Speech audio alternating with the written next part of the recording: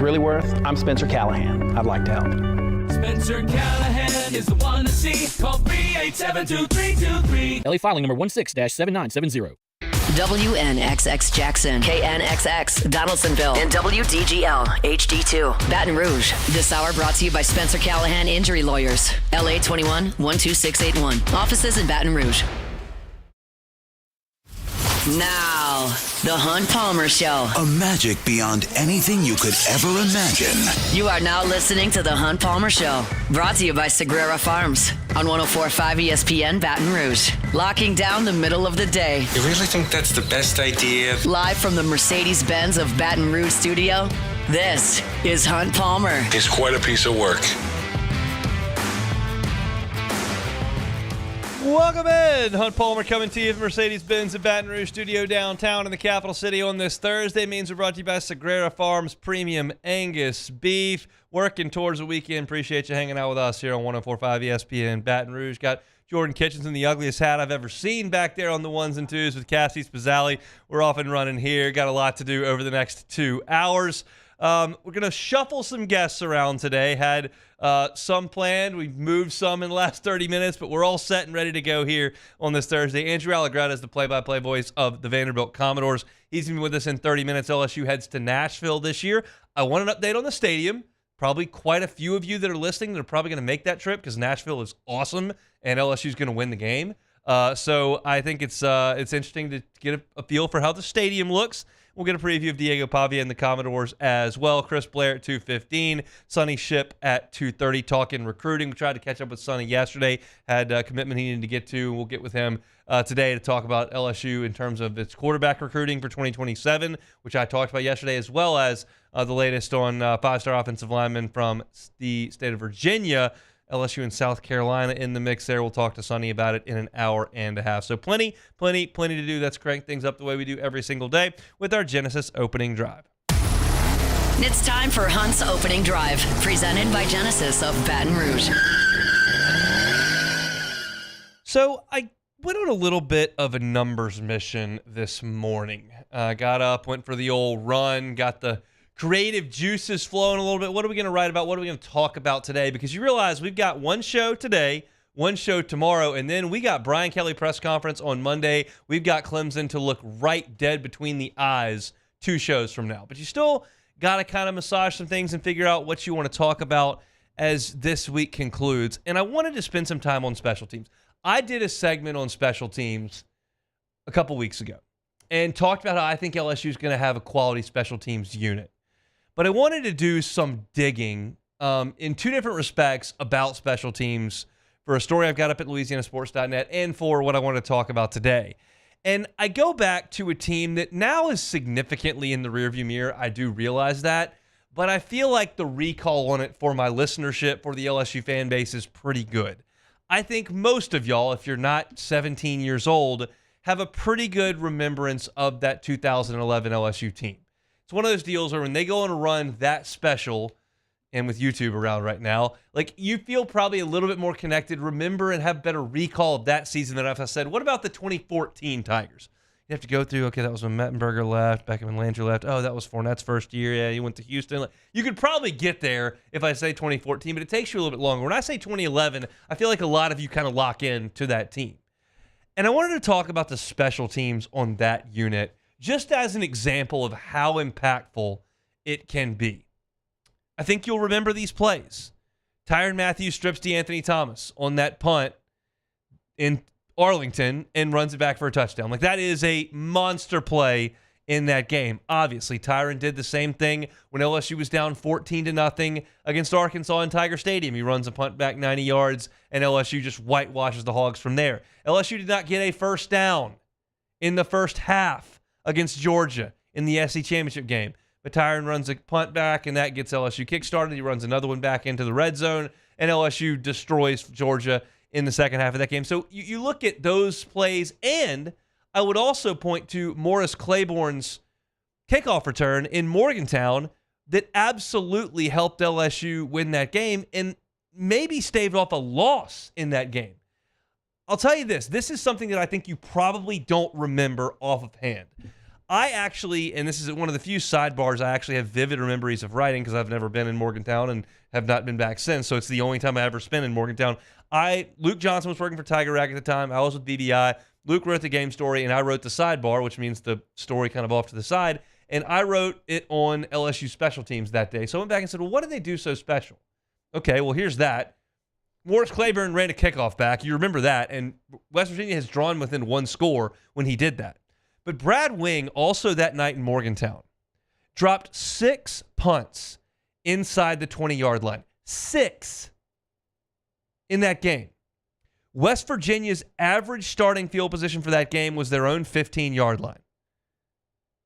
So in that game, where West Virginia outgained LSU by 167 yards of total offense, LSU won the game by 26 points. Because Brad Wing pinned West Virginia on every drive, and Morris Claiborne busted a punt return. So you look at that, that's pretty significant stuff. Now I bring you to a few weeks later in Tuscaloosa, Alabama. You remember a lot from that game. You remember Jordan Jefferson coming in and running the option. You remember Eric Reed's interception. You remember Michael Ford out of bounds. You remember Alabama missing 100 kicks. You remember a lot of things from that game, right? But what you may remember or may not is that Brad Wing, after the Eric Reed interception that LSU was pinned inside its own 3-yard line, kicked a 73-yard punt in that game to flip the field and make sure that Alabama couldn't score before the end of the game, so you got into overtime. That's a huge play in that game. That a lot of you probably remember. It hit the Skycam wire.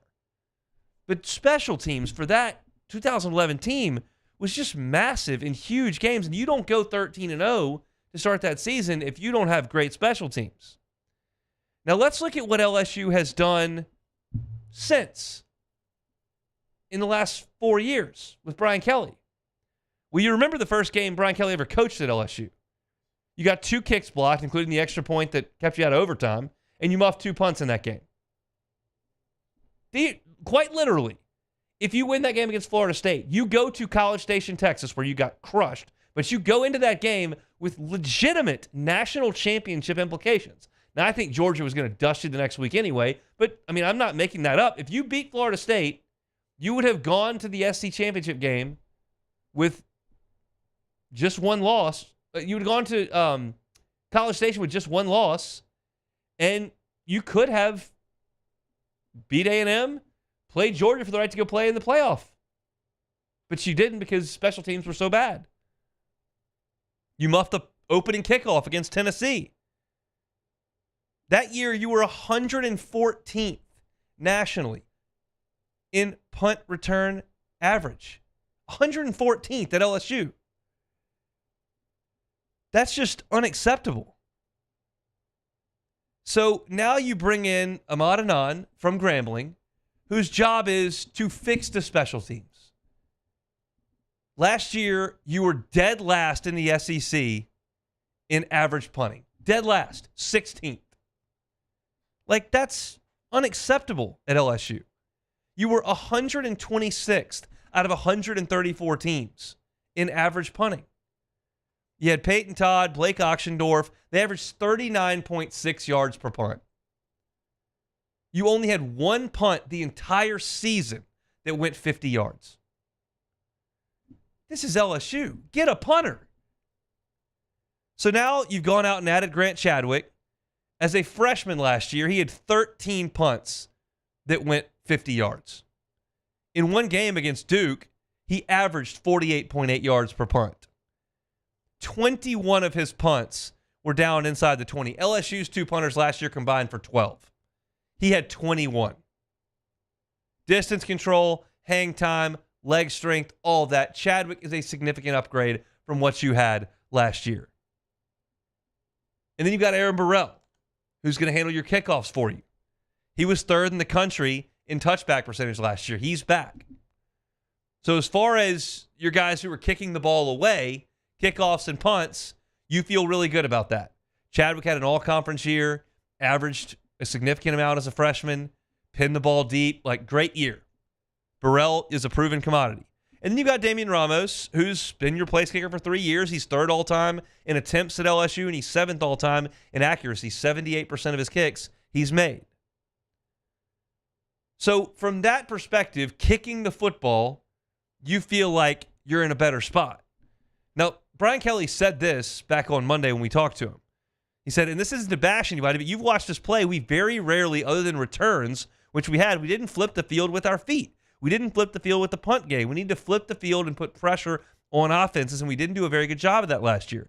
So as much as it's about returns, we've got to flip the field too and let our defense get the ball back for our offense in a short field. Those are things we're really focused on. LSU's defense is going to be good this year.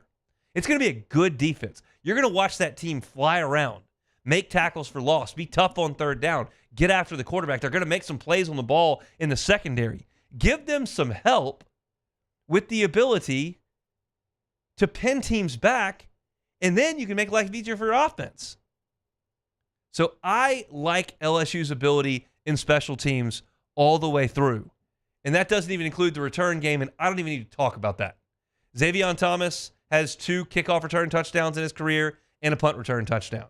Barian Brown set the SEC record with 5 kickoff return touchdowns in his time at Kentucky. He's their all-time leader in kick return yards.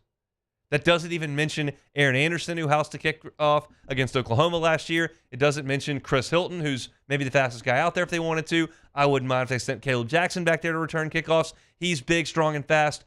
The return game I have no worries about. And Brian Kelly actually had a quote about that on Monday. He said, you punt it to us, we want to return that son of a gun every single time. I'm very bullish on this special teams group. And I don't think I'm projecting here. Ramos is proven. I don't think the transition from Middle Tennessee State to LSU in the SEC is going to be way too much for Grant Chadwick to deal with. Now, Oxnard came up from Tech and didn't have a great year after he was all conference at Tech, so I can't guarantee that, but it feels pretty likely. And then you got the return game that should be great, and Burrell. I think LSU on special teams is really set up. And if you're going to have a really good team, you think about the 2011 team that had those huge impact plays on special teams. Even 2019 was a team that was very good on special teams. Cade York was 12 of 12 on field goals from inside 43 yards. Zach Von Rosenberg kicked 47 points and only 9 of them got returned. Good teams have good special teams. And I don't spend a lot of time talking about it. And I can promise you, when we get into the game pick segment on Fridays, and it's LSU Bama, or it's LSU Clemson next week, or it's LSU Ole Miss and Oxford, I'm not going to spend 15 minutes breaking down the special teams matchups. But that doesn't mean that 1 or 2 plays that happen in that game on special teams won't be massively impactful. I cherry-picked some of those statistics from years gone by, and I admit that, that's pretty obvious. But I just wanted to illustrate the point that you've got such good athletes here. You've got such good resources here. There's no reason not to be really good at this kind of stuff. And there have been times where LSU just hasn't been good at this stuff. And I'm not going to completely blame Brian Polian because Malik Neighbors and Jack Besh don't catch punts and kickoffs. They're pros. They're in the NFL. They have great hands. Something was in the water for 5 weeks for LSU, couldn't catch the ball. But I feel great about this group right now. And I think it's very, very important that LSU plays excellent on the special teams side of things. I think they will do that. So look at special teams there. I've got that all written out for you in LouisianaSports.net if you want to go check that out. Our Thursday show is brought to you by Sagrera Farms Premium Angus Beef. When we come back, Saints made a trade. We'll tell you about it next. The Hunt Palmer Show. Genesis of Baton Rouge. GenesisofBatonRouge.com is that website. Every car that's on the lot is online at GenesisofBatonRouge.com. Just go by and see them. The odds are, if you're cruising around Baton Rouge right now, that you're not behind the wheel of a Genesis, just statistically speaking. You could be, but you're probably not. And then you may not have ever been behind the wheel of a Genesis. It's fairly new. They're fairly new in town. So if it's time to buy a vehicle or that time's approaching, give them a chance. Go by and see them. See the line of vehicles. Every single model is an IHA top safety pick. So if safety is right at the top of your list, you will know in every single Genesis vehicle that you're behind the wheel of one of the safest cars on the road. Not to mention, it's a luxury vehicle, an amazing team at Genesis of Baton Rouge, complimentary valet maintenance for 3 years, industry-leading warranties, all that stuff you can learn about when you go by Genesis. But you won't learn about it if you don't go in and see them. So go by Airline at Pico across from Women's Hospital. Just say, hey, Hunt sent me in. I just like to see what y'all have to offer. They're happy to help. You will feel like a guest, not a customer, at Genesis of Baton Rouge. Check out the inventory online at genesisofbatonrouge.com. That's genesisofbatonrouge.com. At Bayou Automotive, we believe in a sales process that puts you first. We want you to experience an easy purchase with clear pricing and great service. Let Bayou Ford and Bayou Chrysler Dodge Jeep Ram be your trusted partners in finding your perfect vehicle. The crew at Bayou Automotive is going to do right by you. At Auctioner, we know healing is a team sport. That's why we've partnered with world-renowned orthopedic surgeon Dr. James Andrews to create the Auctioner Andrews Orthopedics and Sports Medicine Institute. Whether you're a professional athlete or a weekend warrior, our team of specialists are dedicated to getting you back in the game. So whatever your reasons are for reaching your personal best, we've only got one: you. Auctioner Andrews Institute. Long live you. Gulf Coast Bank and Trust is giving our customers the power to bank anywhere, anytime during this challenging event. And we're right there with you. Our mobile banking app is a smart way to manage your money and time. Gulf Coast Bank and Trust, the bank that cares about you.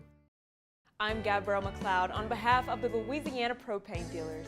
I have spent hundreds of hours preparing for scholarship competitions. That preparation paid off when I won the Fitness and Talent Awards along with the title of Miss Louisiana.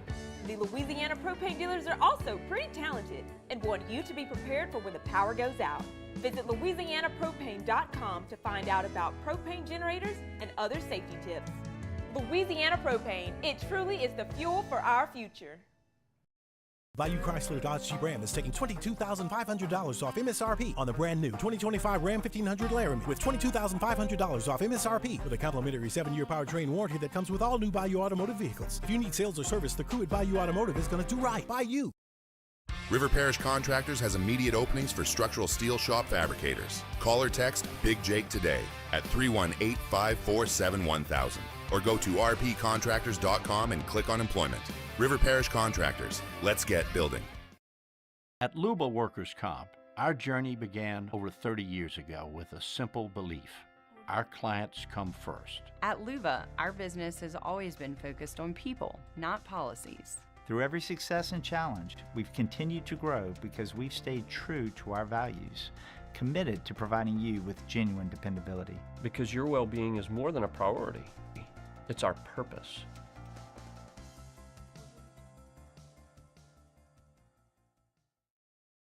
Family-owned and community-driven. Service Chevrolet Cadillac, a legacy you can trust since 1972.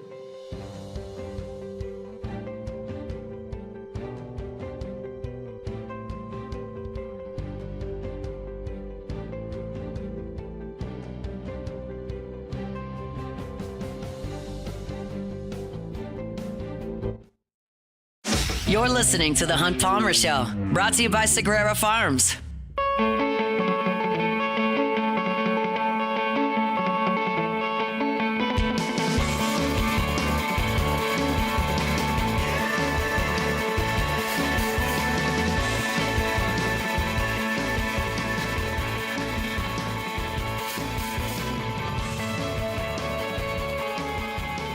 Thursday show is brought to you by Sagrera Farms Premium Angus Beef, some of the best beef you will find in America, and it's right outside of Baton Rouge. Sean Sagrera and his team at Sagrera Farms. Nothing but prime on Sagrera Farms. If you're interested in prime Angus beef, steaks, ground beef, whatever the case may be, want to fill that freezer for the fall, Sagrera Farms is a call you need to make. We'll be telling you about them, of course, as we do every week on our Thursday shows. The New Orleans Saints made a trade yesterday. They sent a 4th-round pick in next year's draft and a 7th-rounder in the following draft to the Denver Broncos for the rights to Devon Belly. And as y'all have heard me talk about the Saints, you understand how important I think draft selections are to the Saints.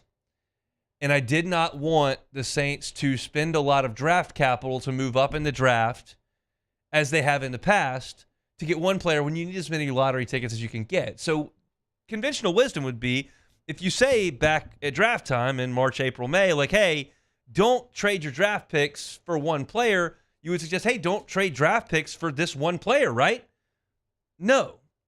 This is not like trading up in the draft.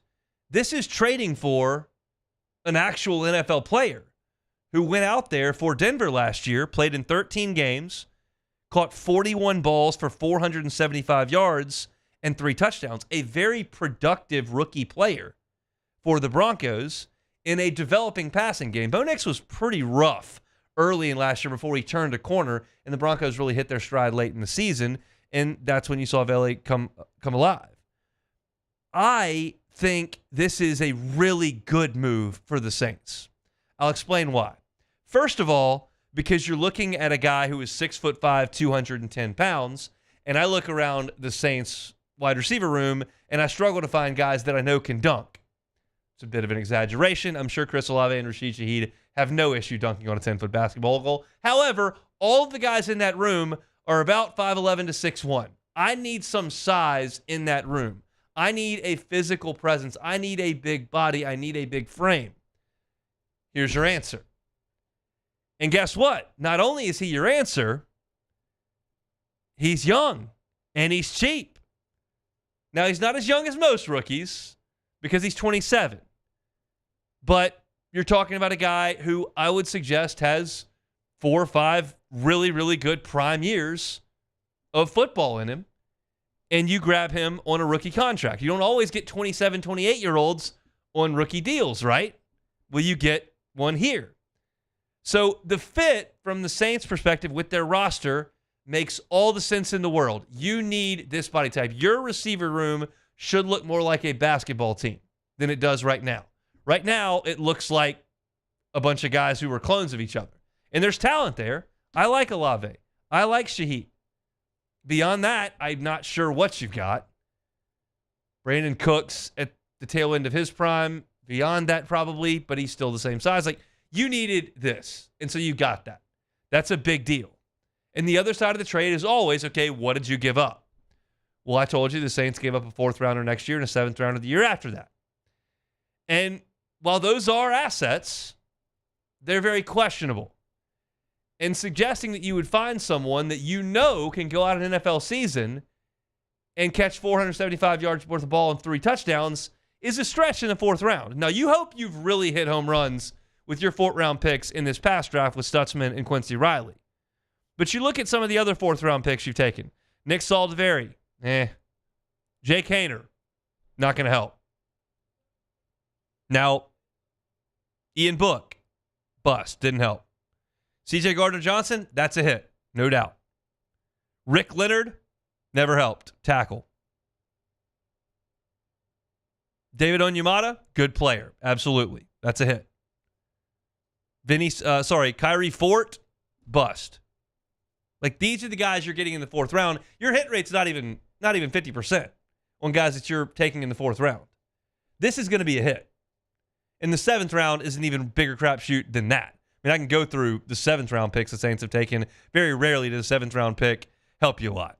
You're talking about Josiah Zerum, who's been a squad player for you from last year. Kawan Baker, I don't even remember him from South Alabama. Tommy Stevens, you took out of Mississippi State. He never helped you at all. Caden Ellis, a linebacker who became a nice player. But Will Clapp's been a journeyman offensive lineman in the league. Daniel Lasco at running back, no. Like, the 7th round is a complete crapshoot. You're getting a proven commodity on a cheap contract for very little in return. I think this is exactly the kind of move the New Orleans Saints need to make. It makes sense from a roster perspective. It makes sense from a production perspective. It makes sense from a giving away of assets perspective. Everything about this, I like.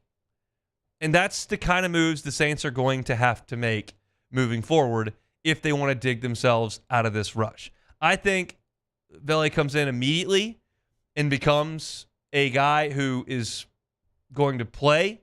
I think he's going to be out there active a lot. I think he's going to be the only guy on this receiving core who plays this type of role. I think he's a red zone threat. I think he's a 3rd down threat. I think he's even a deep ball threat at that size.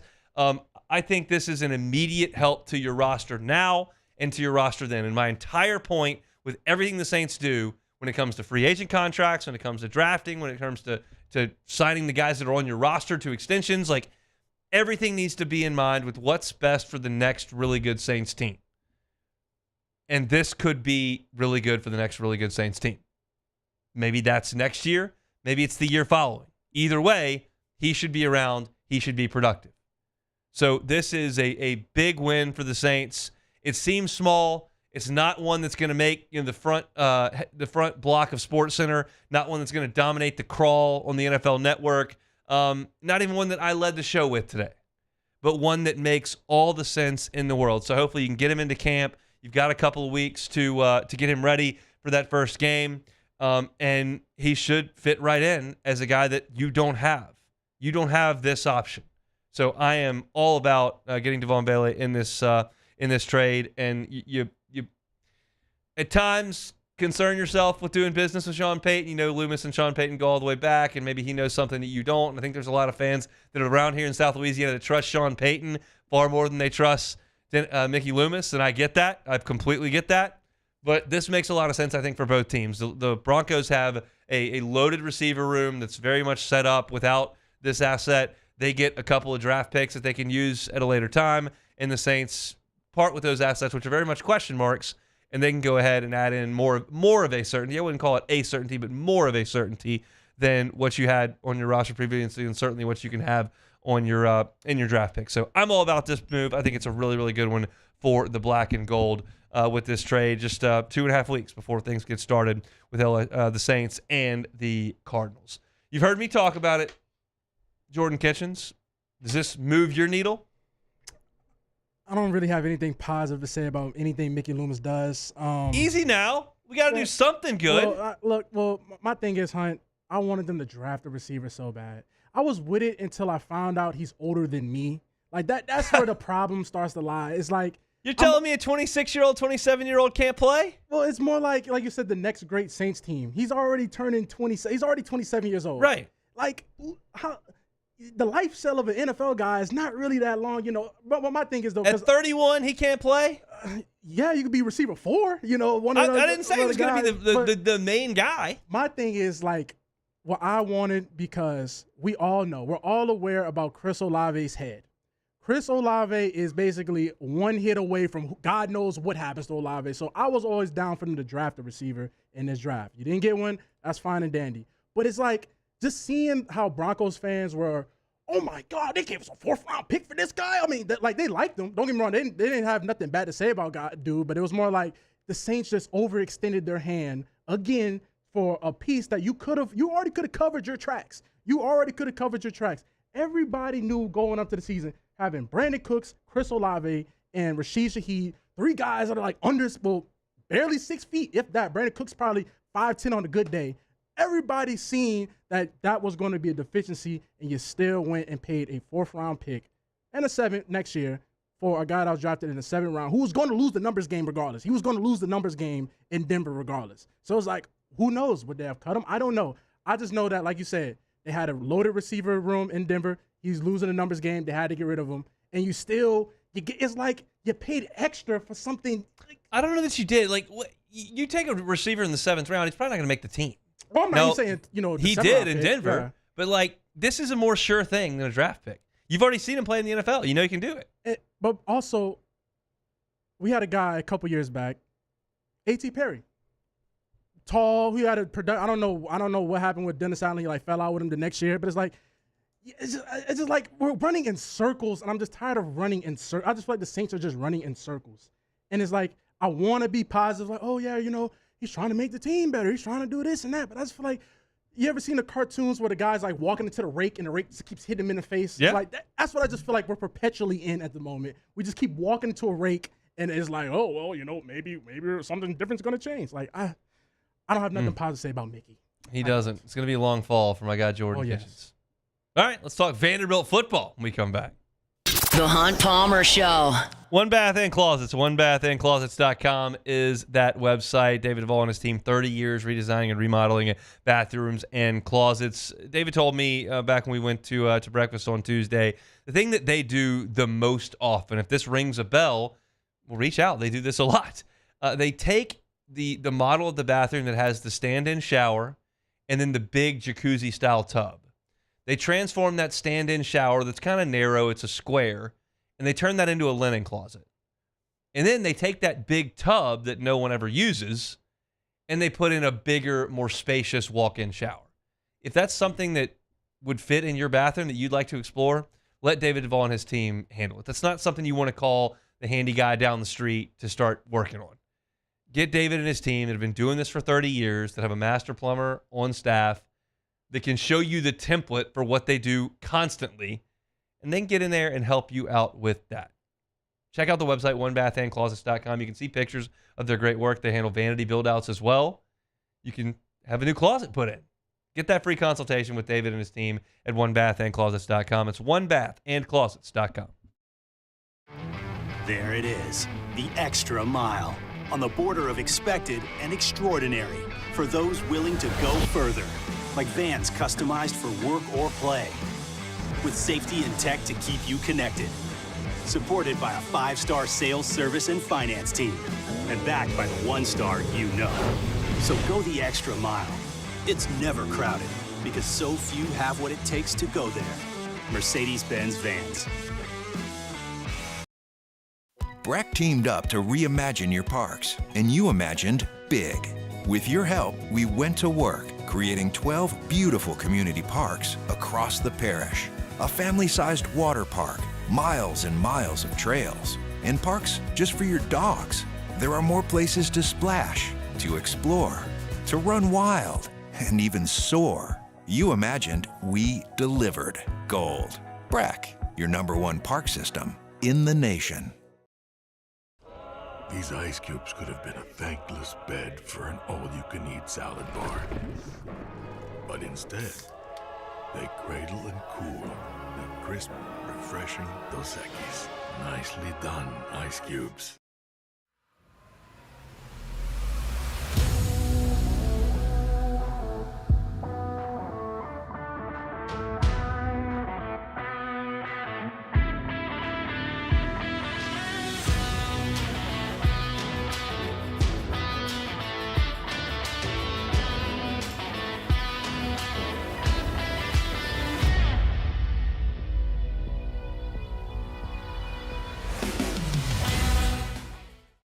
Man, age is just a number. Don't let it dictate how you feel. Goodwood Men's Sexual Wellness has anti-aging services that can help you look and feel your best. Visit yourgoodwood.com and discover a renewed sense of vitality. We typically think of stress as being bad for us. At Our Lady of the Lake and LSU, we are researching how certain types of stress, such as exercise, can be good for our immune health. By studying people under extreme stress, such as athletes, astronauts, service members, and first responders, we're learning how to improve the immune health of everyone. That's the power of research. That's the impact of champions. Together, we roar. At Luba Workers' Comp, our journey began over 30 years ago with a simple belief. Our clients come first. At Luba, our business has always been focused on people, not policies. Through every success and challenge, we've continued to grow because we've stayed true to our values, committed to providing you with genuine dependability. Because your well-being is more than a priority. It's our purpose.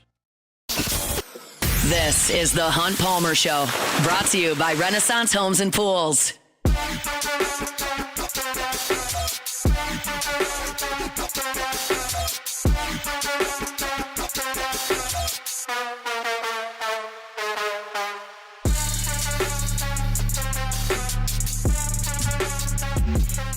Thursday show is brought to you by Sagrera Farms Premium Angus Beef. We've been looking around at LSU's opponents for the SEC slate to come here in the fall of 2025. I know a lot of Tiger fans excited to head up to Nashville in the middle of October, October the 18th to be exact, where they visit the Vanderbilt Commodores in a gorgeous city where the weather should be really good. And I believe a newly refurbished stadium. Let's talk about it with Andrew Allegretta, the voice of the Vanderbilt Commodores. Appreciate a little bit of time. How are you? I'm doing great. What's going on? Well, we're getting closer to football. That's what's going on. And I would have to imagine this August feels different around the Vanderbilt football program than August in the recent past, no? It's good vibes right now. I think we're mindful enough that, injuries or one game here or there can sort of alter the way that you feel week to week. But you talked about the stadium that we're going to debut here in a couple of days, plus the way that the team played a season ago. Yes, for sure. The vibes are positive right now. So let's talk about last year and what that meant to the program, to Clark Lee. I know a lot of folks have seen the Netflix documentary that profiled Vanderbilt a good bit and talked about laying the foundation for something really special there. What kind of step forward was last year? I mean, it certainly was huge. I think there's a lot to talk about with last season, but I do believe that Clark always in his heart felt like he could move this program in the right direction and believed that way back in 2021 when he got hired. He used it strategically that he wanted to be, as egotistically as he said it was, the savior of the program. In his heart, he believes this program can be and should be a good one. That's why he uses the phrase one of one. But it's another deal to be able to put a player on the field. To me, that's always the secret sauce. When you can put a player on the field that backs up what the coaches are saying. That way you've got true alignment between players and coaches, and he's really got that with Diego. So the fact that they could have all of that stuff, they could have the success that was necessary. You've got alignment, players, coaches, and administration. It was a massive step forward. How does Diego Pavia change the attitude of the Vanderbilt football team? That's kind of what I took away from the Netflix doc, but I'd rather your opinion on it. Yeah, I mean, he's the quarterback, so that's step number one. Like, if he can play, perform, and talk and believe, what he does carries the most possible weight of anybody that puts on the shoulder pads. The other thing that he said, not to keep cycling back to the Netflix doc, because, you know, it's just a snapshot in time, but I'm glad they kept it in here. His line about when he first got to Vanderbilt, there's way too much chatter about what the schedule looks like, right? We can get this game. We can't get this game. Here's our path to 6.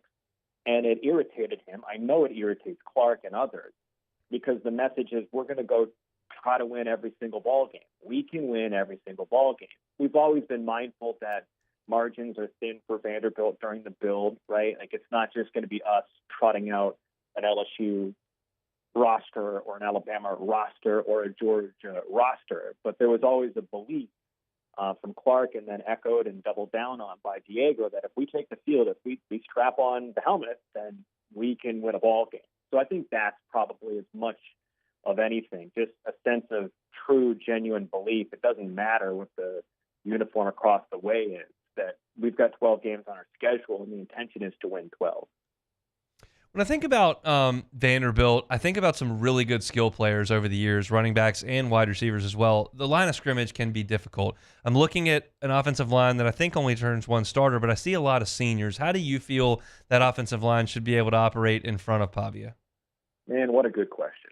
I think one of the biggest misnomers about every preseason article that I have seen about Vanderbilt is, the offensive line doesn't return this or doesn't return that, and it's a bunch of new players. Look, I think we had a solid offensive line that allowed us to execute the scheme and a really good quarterback to be successful offensively last year. I don't think anybody in the building doesn't believe that from a skill set standpoint, we haven't upgraded that position. Like, you've got a ton of players that I think we believe wholeheartedly are a skill set upgrade from a season ago. Jordan White is going to be our center. He's a transfer from Liberty. Like, he's on a lot of watch lists as one of the best centers in the country. We've got Bryce Henderson, who's going to play, they call it the strong tackle position.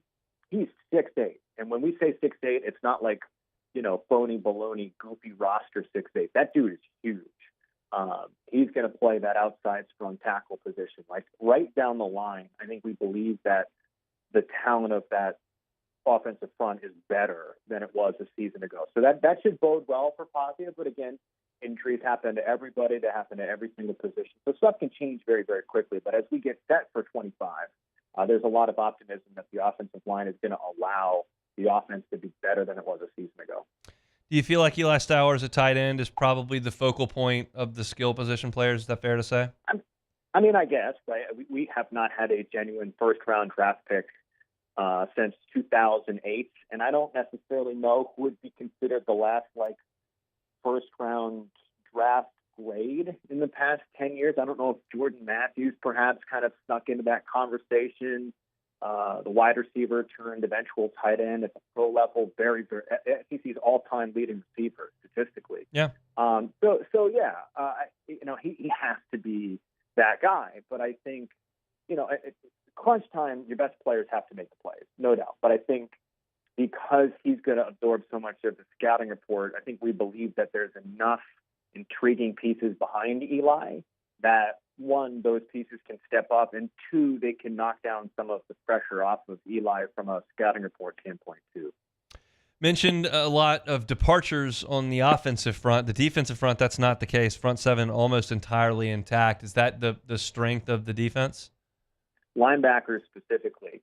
There's no doubt. You guys went out and did a wonderful job, as always, in the transfer portal. Really bolstered your skill set and talent across the board.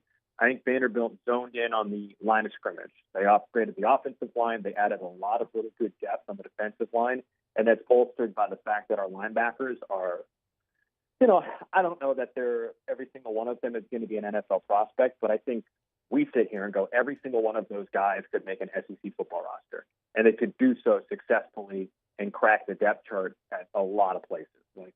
Langston Patterson is just a thumper of a linebacker. Brian Longwell is just a really instinctual linebacker who's going to make a lot of good plays. He led our team in tackles a season ago.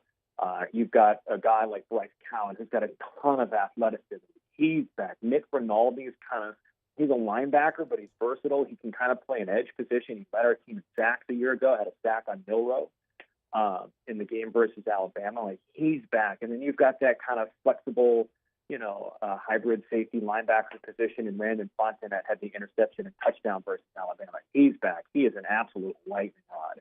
So kind of that middle part of the defense, that second level of the defense, we sure think is really darn good. We'll see how it plays out. But again, preseason, we like the way it looks.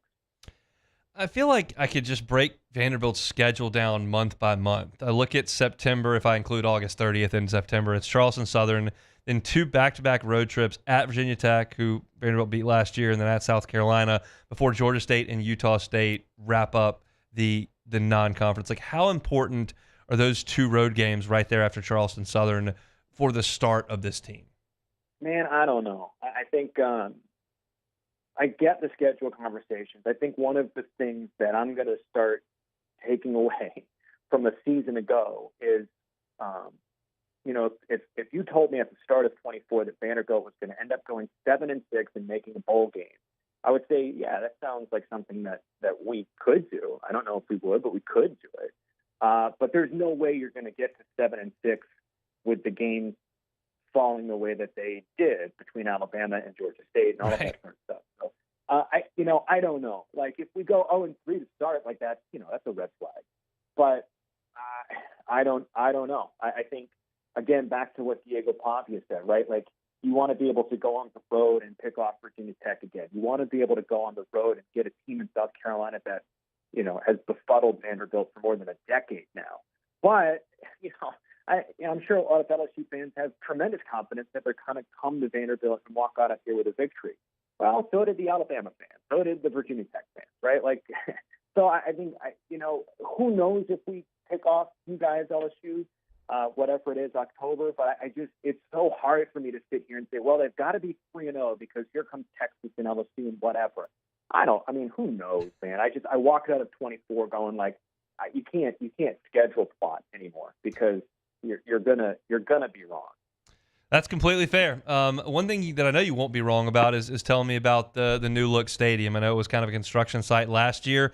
Tiger fans will be headed up there in October. What can you tell them about what to expect when they get there? It's gorgeous. We're really happy with it. I think it fits who we are. It fits what we need right now. We really lacked, and I know this is kind of the modern economy, and sometimes I don't love talking about it because I want to make sure that everybody's doing right for the common fan. But making sure that your premium spaces are where they need to be is really important across all athletics. And we 10x'd our premium spaces with this upgrade. So the north end zone and the south end zone are completely redone. We knocked stuff down. We built them up. The north end zone was there last year. The south end zone is, I'm watching them kind of bolt in chairs as we speak and try to finish up some club level seating. So I think it's a really good fit for us and who we are.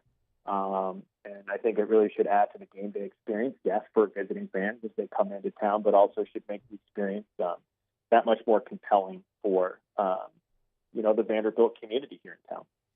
Enjoy this weekend off and then working for a bunch of weekends in a row. We appreciate a little bit of time. He's Andrew Allegretta, voice of the Commodores. We'll catch up soon, okay? Of course, man. Appreciate it. Andrew Allegretta from Vanderbilt, giving us a little thumbnail on Clark Lee's Commodores. I've got some thoughts on some of the things he said, which was all I thought very interesting and right on point. And, we don't spend a lot of time talking about Vanderbilt on the show unless LSU's playing Vanderbilt. And LSU's playing Vanderbilt, and it's one of the games on the road in the league on your schedule. So when we come back, I'll give you kind of a thumbnail on what I think about this coming fall for the Doors. We'll do that when we come back. The Hunt Palmer Show. Highland Insurance Group, HighlandIG.com is the website. Look, captives are something that not every business is familiar with in the insurance world. It can be an incredibly creative solution to your risk management finances. It can affect your bottom line in some instances in a very big way. If you're a big commercial account, if you're a big commercial insurance program, and you don't know what you might look like in a captive, that might be something you want to look into. If you're a sizable business, you're probably spending a significant amount on insurance, and it probably doesn't make you super happy to do it. But what if you could change the way you manage risk financially? If your broker hasn't shown you that or doesn't have a great grip on that or doesn't have access to that, which is possible, talk to the Highland Insurance Group. Talk to Jonathan Carbo and his team at the Highland Insurance Group. They handle captives every single day. So go talk to them. Say, hey, I'd like to just explore what a captive might look like. They'd be happy to help you with that. It's Jonathan Carbo and the Highland Insurance Group. They're based right here in Baton Rouge. They can help you out statewide. It's the Highland Insurance Group. You can find them online at HighlandIG.com.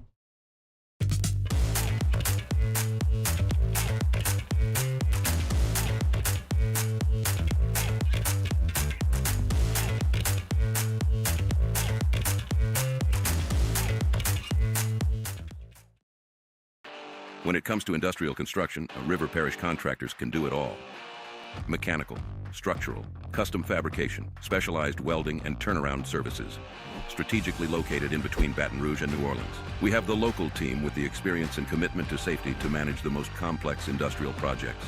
Period. Here's the deal. Partnering with us means your project is delivered on time, on budget, and most important, safely. River Parish Contractors, let's get building. These are the luckiest ice cubes in the world. They could have been a thankless bed for an all-you-can-eat salad bar. But instead, they've been called upon to cradle and cool a crisp, refreshing Dos Equis. Looks like the lucky just got luckier. Dos Equis. Breck teamed up to reimagine your parks, and you imagined big. With your help, we went to work, creating 12 beautiful community parks across the parish. A family-sized water park, miles and miles of trails, and parks just for your dogs. There are more places to splash, to explore, to run wild, and even soar. You imagined, we delivered. Gold. Breck, your #1 park system in the nation. ED, low T, or simply seeking to optimize your health and performance? Goodwood Men's Sexual Wellness offers a range of discreet services to address your specific needs. We empower men to reclaim their health and confidence. Visit yourgoodwood.com. When it comes to choosing energy for your family and your home, make the smart choice with natural gas. You can count on efficient and affordable natural gas to keep you comfortable and reduce your environmental impact to help protect our planet. Together, we're fueling our energy future. Atmos Energy. We came up with the idea of auctions in August. Gulf Coast Bank does all the work. We display the item, we prominently feature it in social media, on our website, but we do it because it's the right thing to do for the community. It's not just a game, it's a religion. You've got your team color, team swag, and now your very own website, LouisianaSports.net. Everything LSU, Saints, and Pelicans. Sports on demand. In-depth coverage by sports writing pros with continuously updated news. And with the LouisianaSports.net newsletter, you get pinged directly with top trending stories. Best of all, now and always, no paywall. It's free. Louisiana. This is the Hunt Palmer Show, brought to you by Sagrera Farms.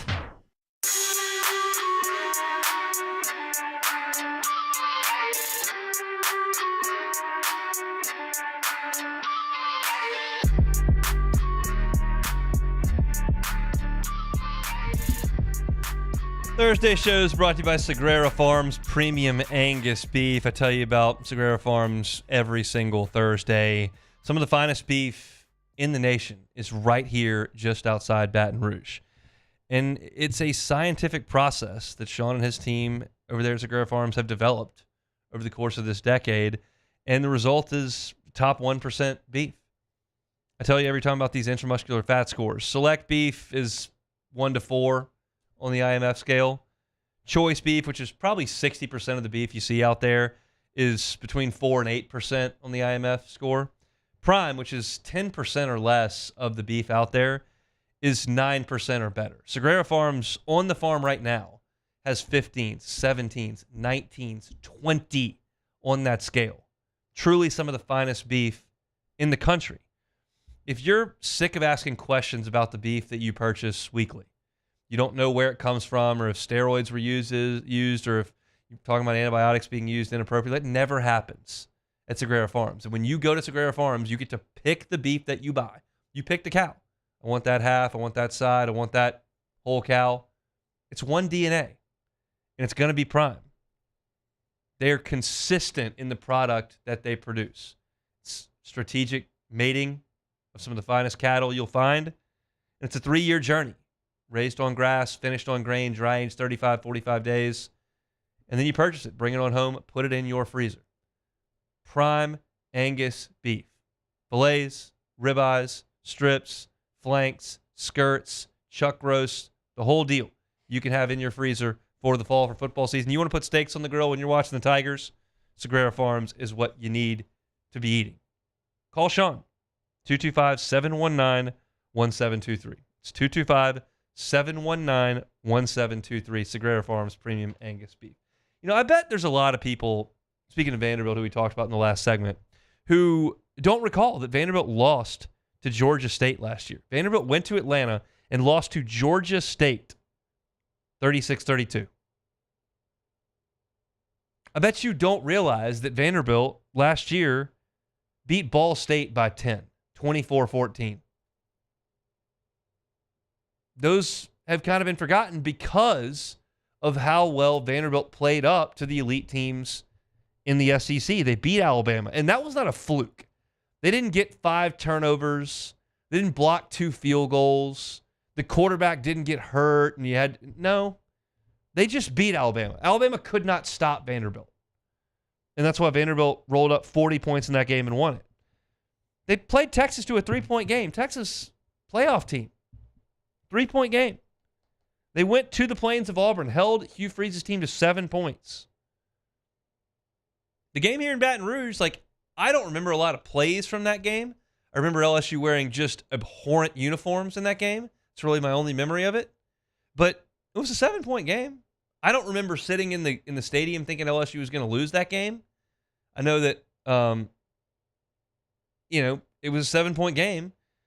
And you think about those results, and you're like, that's an incredible go for Vanderbilt. And I think it was. I'm curious what they can do for an encore, and I think that's a fair thing to question. Because you're talking about a team that is going to be short on NFL talent. Stowers is going to be an NFL guy, a tight end. Can I definitely point to anybody else on the offense and be certain they're going to play in the NFL? I'm not sure I can. I don't know. You never know. You've got an undrafted free agent that becomes a Pro Bowler. That happens every year. But you're not going to look at a lot of mock drafts and see Vanderbilt popping up, and that's just what you're going to see with a lot of teams in the SEC. And I thought Andrew made a great point in that last segment about me saying you got to get off to a good start, because I feel like you need to beat Charleston Southern, Georgia State, and Utah State, and then maybe split Virginia Tech and South Carolina if you're thinking about really upping your win total. But as he said, they could have beaten Texas last year. They did beat Bama. They played LSU tough in Tiger Stadium, went to Auburn and won. Who's to say? I guess that's kind of the job, to create talking points and give our predictions. That's part of being a talk show host, and Andrew's a play-by-play voice. So he's just going to react to it as he sees it. But, I don't know. They could lose Virginia Tech and South Carolina and then come back and beat Missouri, Auburn, and Kentucky late in the season. They could do that. I think that Vanderbilt is going to be right on the precipice of 6 wins. I don't think they're going to build on last year's season. That's my opinion. I think Diego Pavia would love to hear that. Think I'm an idiot. But that's my thought. I don't consider that game for LSU to be, in the top 5 that it'll play in terms of difficulty this year. But we'll see. That's why they play the games, I guess. And I certainly would have projected Vanderbilt season last year the way that it went. Great stuff from Andrew. If you missed our conversation with the play-by-play voice of the Commodores, you can check that out on demand wherever you find your sound. We're going to step aside for national headlines and Sports Center. We've got a lot to do when we come back in the second hour. We're going to talk a lot about LSU with Chris Blair. Talk to Sonny Ship as well. The Hunt Palmer Show. Genesis of Baton Rouge. GenesisofBatonRouge.com is the website. Every car that's on the lot is online at GenesisofBatonRouge.com. I tell you about the warranties because they're America's best. It's industry leading what they are doing with their warranties over there at Genesis of Baton Rouge. And if that's something you'd like to hear more about, well, go talk to them about an airline at PQ, but I can give you the nuts and bolts of it. Powertrain warranty, 10 years, 100,000 miles. Bumper to bumper, new vehicle warranty, 5 years, 60,000 miles. That's industry leading. 24/7 roadside assistance, 5 years, unlimited miles. Complimentary scheduled maintenance, valet style, 3 years, 36,000 miles. They come to you to handle the maintenance on your vehicle. Go see them, airline at PQ. Check out the entire inventory. It's all right there online at GenesisofBatonRouge.com. GenesisofBatonRouge.com. At Bayou Automotive, we believe in a sales process that puts you first. We want you to experience an easy purchase with clear pricing and great service. Let Bayou Ford and Bayou Chrysler Dodge Jeep Ram be your trusted partners in finding your perfect vehicle. The crew at Bayou Automotive is going to do right by you. Baton Rouge's home for real rock. It's Eagle 98.1. Foo Fighters. Led Zeppelin. AC/DC. Pearl Jam. And the flagship home for LSU sports. Take us anywhere with the Eagle 98.1 app. Eagle 98.1 is the rock station. Today, we are shaping tomorrow. We are researching how extreme stress impacts the immune system, from trauma victims to athletes and even astronauts. Our work is leading the way in sepsis treatment, saving countless lives. We're unlocking the mind with music in exciting new ways. Our Lady of the Lake Health and LSU are improving the health of our state. That's the impact of champions. Imagine the impact we'll have on the future. Together, we roar. Hi, this is Beth Serena. Welcome to my pool.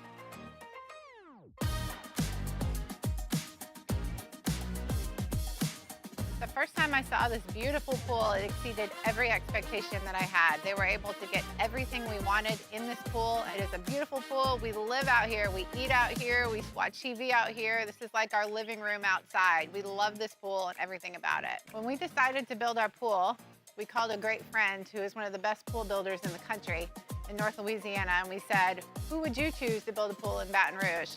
And without a hesitation, he told us Russell Pools. He said their history, tradition of great builds, great pools was unmatched. So of course, who did we call? Russell Pools. The advice I would give to anyone looking to build a pool is first call Russell Pools. They'll do an incredible job. It'll be incredibly organized. It'll be time efficient, and you will have your pool in no time.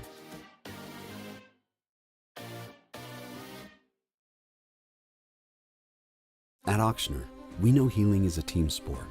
That's why we've partnered with world-renowned orthopedic surgeon Dr. James Andrews to create the Ochsner Andrews Orthopedics and Sports Medicine Institute.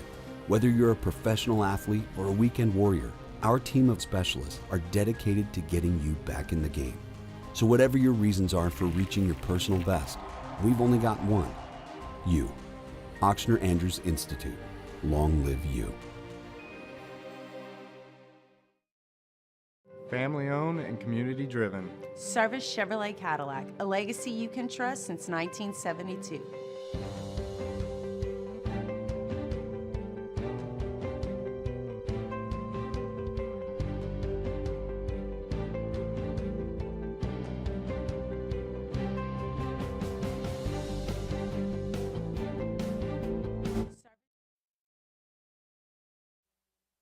This is SportsCenter. I'm Doug Brown. For the first time in his career, Bills quarterback Josh Allen will not be on the field for a single preseason snap. Coach Sean McDermott says Allen is out for Saturday against the Buccaneers. He's coming off an MVP season, and Allen has been a full participant at training camp. Rams quarterback Matthew Stafford has been practicing all week and managing his sore back. I'm not gonna, you know what? I've played for 17, this will be 17 years now. There's soreness all over the place that every time I wake up, bud. But no, it's something that I'll manage like I do a million other things throughout the year. Matthew Stafford, no word yet if he'll play in week 1. Former Northwestern football coach Pat Fitzgerald settles his lawsuit against the school. Terms of that settlement unknown. Fitzgerald sued for $130 million for wrongful termination after a hazing scandal 2 years ago. He hopes to resume his coaching career. Quarterback Ryan Brown, who left Purdue for North Carolina, then left Chapel Hill, is back at Purdue for the season opener.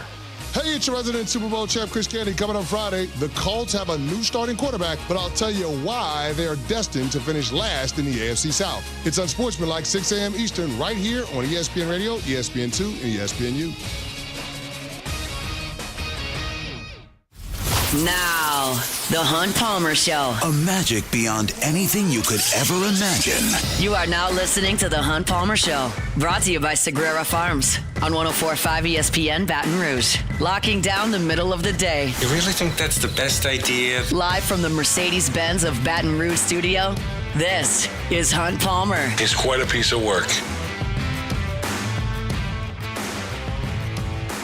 Hour 2, Thursday edition of the Hunt Palmer Show, working towards the weekend. Appreciate you hanging out with us here on 104.5 ESPN Baton Rouge. Chris Blair back in his normal Thursday slot, coming up 15 minutes from right now. First Brian Kelly show of the year coming your way from TJ Ribs on Acadian tonight.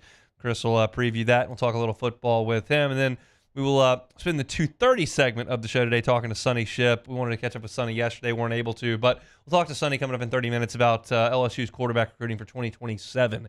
That includes Elijah Haven here in Baton Rouge, Colton Nussmeier over in Texas, certainly Peyton Houston at Evangel. So we'll talk about all that with Sonny coming up in 30 minutes. Kellen Moore of the New Orleans Saints met with the media just moments ago to give them some updates as LSU. I do that twice a show. As the Saints get ready for their preseason finale against the Denver Broncos Saturday in the Dome. And he gave some updates. I want to get the first one, which is an injury update out there, and then I want to talk about some of the other things he had to say. But Taliesin Fuaga had, quote-unquote, a knee thing at the end of practice yesterday. He didn't practice today. So apparently it's not serious. You've still got more than 2 weeks until you open the season. So I'm not concerned about that at all. But he wasn't at practice today, and that was something that he wanted to clear up. So with that, I want to change the focus of the conversation to Saturday's game. And Kellen Moore says that Spencer Rattler's going to start. More on that in a second. But he also added that a lot of starters are going to play. I think that is absolutely and unequivocally the right move. If you're listening terrestrially on the radio right now live, you just heard ESPN Sports Center, and they said that, like, Josh Allen hadn't played a snap the entire preseason. And I think that's fine, too. The Saints aren't in the spot with Josh Allen and the Bills. That's pretty evident to everyone here, right? But they need to get reps. So as I look at this offense, I think Spencer Rattler and Tyler Shuck should take every rep in this game on Saturday. All of them. I think any series that Jake Haener takes is a waste of a series for the Saints organization. I think that sounds harsh. I think that sounds disrespectful to Haener, but I mean it. Like, I don't need to see him out there in the preseason. You have a quarterback situation you've got to try to nail down, and to sit them on the sidelines so that Jake Haener can put the rugby ball down and go out there and pilot a team doesn't help the Saints organization. It just doesn't. So those two guys should play, and my hope is that they will. When I look at the Saints offensively beyond quarterback, I have no issue if Chris Olave sits. I have no issue if Rashid Shaheed sits. I have no issue if Eric McCoy sits. I have no issue if Alvin Kamara sits. And now, based on yesterday's tweaked knee, I have no issue if Taliesin Fuaga sits. I don't need him playing through pain in a preseason game. If he's healthy, I want him to play. But if he's got an issue, sit. But everybody else needs to be out there. Kelvin Banks needs to play. Whatever's going on at left guard needs to play. Radens, Penning, whatever, I need to see him. Cesar Ruiz, yeah, you better be playing. I want to see the running backs. Wide receiver, we'll see what you can do. But the Saints need to put everybody else out there that they can offensively. I don't need to see DeMario Davis. I don't need to see Devin Gottschall. I don't need Cam Jordan to play. Even Chase Young's fine. There are some guys I don't need to see. I'm not suggesting the Saints need to go out there and play their starters for 3 quarters in a preseason game. Don't misunderstand. But when it comes to the offense, when it comes to the young players, yes, play them. Because here's my deal, and I've said this for the last couple of weeks, but now it rings a little bit more true as you're only 2 weeks out from the first game, and you're playing in a situation where most teams are sitting the majority of their starters. I understand that injuries are very bad and that they're preventable if you can stay off the field, and I understand everything that goes into it. But the Saints have to get better. And you cannot get better in street clothes, in a headset, and a clipboard. And I'm not worried if a Saints player sprains his ankle or separates his shoulder trying to get better at this point in the season, because I don't care if a Saints player misses 8 games this year. That is not my concern. Yes, it sucks. Yes, it's easy for me to sit here and talk about injuries that aren't mine.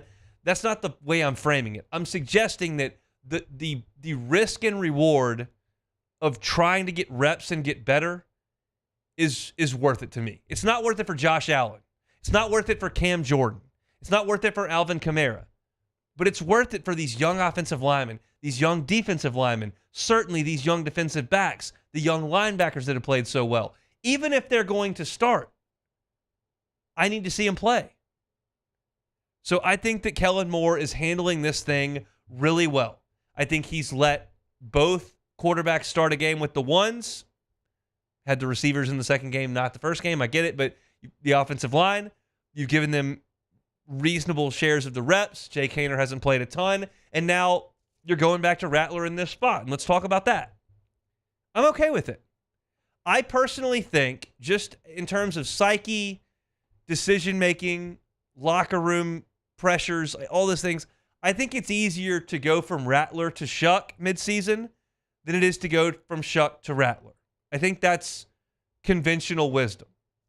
So to name Rattler the starter for this preseason game, while they haven't done it for the week 1 game, I think makes a lot of sense. I don't think that buries Tyler Shuck. I don't think that discourages Tyler Shuck. I don't think that creates any division in the locker room. I don't think it's unreasonable. I don't think either of them has significantly outperformed the other. So, I'm good with it.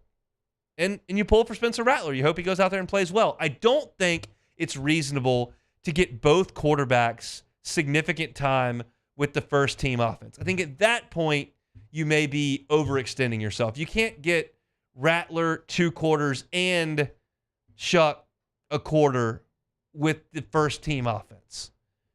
You're going to probably sit them at that point. But I think a half for Rattler to go out there and play, and then maybe Shuck goes out there with the second team, but you're playing against second and third team guys from the Broncos. Maybe it's a little bit more conducive learning environment. The third preseason game, which is now taking the place of the fourth preseason game, is the one where you're going to see the fewest starters out there on the field, especially in the second half. So I'm good with this. I would have been fine if Shuck would have started the game as well. I think that would have been an indication that Shuck would be the starter. I have suggested now for a week and a half that I thought Rattler would be the starter on opening day. I still feel that way, and I'm okay with that. I believe that the higher ceiling now lies with Shuck, but I think starting Rattler in the first 5-6 games is completely fine if that's what they decide to do.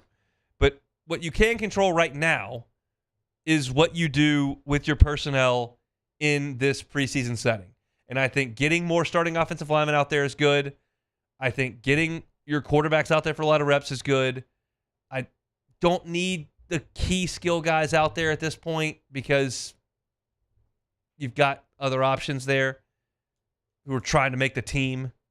But I want to see those guys play. And I want to see the first half be a lot of starters. And I think you're going to see that. And again, I think Kellen Moore has run this thing very, very well in his first camp as a head coach with this quarterback situation and this roster situation, which is completely different than the places he's come from. He's come from Dak Prescott being surefire dude, shooting for the playoffs. He's come from Justin Herbert being the surefire dude, trying to make the playoffs. He's come from Jalen Hurts being the surefire dude, winning the Super Bowl. This is a different world for Kellen Moore, and I think he's navigating it very, very well. Now, the most important thing is getting a product on the field that improves over the course of the 17 games, and that remains to be seen. But what we know about him right now, controlling the controllables in the preseason, I have no issue with the way that he's handled the practice schedule, the preseason rotations, the quarterback battle, all that's gone into it. I think he's done a really nice job, and we'll see what Saturday yields in the Dome with the Saints and the Broncos in the final preseason game before 2 weeks, and then you start things for real against the Cardinals. All right, that's a kickstart to hour number 2 here on a Thursday edition of the Hunt Palmer Show. We're brought to you by Sagrera Farms Premium Angus Beef. Restart our Thursday interviews with Chris Blair of the LSU Sports Radio Network. Tonight, we'll have the first edition of the Brian Kelly Show of 2025. We'll preview it. Talk some football. Chris Blair next. The Hunt Palmer Show. Man, age is just a number. Don't let it dictate how you feel. Goodwood Men's Sexual Wellness has anti-aging services that can help you look and feel your best. Visit yourgoodwood.com and discover a renewed sense of vitality. Businesses like yours are the soul of our community. You deserve someone who'll deliver the internet services you deserve. That's why local businesses rely on Rev Business, 90 years of building connections. Visit us at letsrev.biz. Looking for the ultimate game day experience? Come to the Queen Casino in Baton Rouge. Wall-to-wall TVs mean you'll see every touchdown in HD. Place your bets and feel the thrill of every play with our DraftKings Sportsbook. The Queen Casino, where every moment is a win. There it is, the extra mile. On the border of expected and extraordinary for those willing to go further. Like vans customized for work or play. With safety and tech to keep you connected. Supported by a 5-star sales, service, and finance team. And backed by the 1-star you know. So go the extra mile. It's never crowded because so few have what it takes to go there. Mercedes-Benz Vans.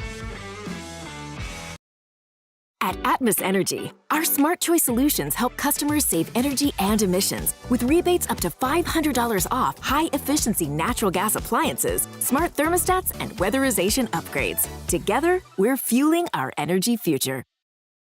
It's not just a game, it's a religion. You've got your team color, team swag, and now your very own website. LouisianaSports.net. Everything LSU, Saints, and Pelicans. Sports on demand. In-depth coverage by sports writing pros with continuously updated news. And with the LouisianaSports.net newsletter, you get pinged directly with top trending stories. Best of all, now and always, no paywall. It's free. LouisianaSports.net. Powered by 104.5 ESPN Baton Rouge. Your home for Louisiana sports. We typically think of stress as being bad for us. At Our Lady of the Lake and LSU, we are researching how certain types of stress, such as exercise, can be good for our immune health. By studying people under extreme stress, such as athletes, astronauts, service members, and first responders, we're learning how to improve the immune health of everyone. That's the power of research. That's the impact of champions. Together, we roar. At Luba Workers' Comp, Our journey began over 30 years ago with a simple belief. Our clients come first. At Luva, our business has always been focused on people, not policies. Through every success and challenge, we've continued to grow because we've stayed true to our values, committed to providing you with genuine dependability. Because your well-being is more than a priority. It's our purpose.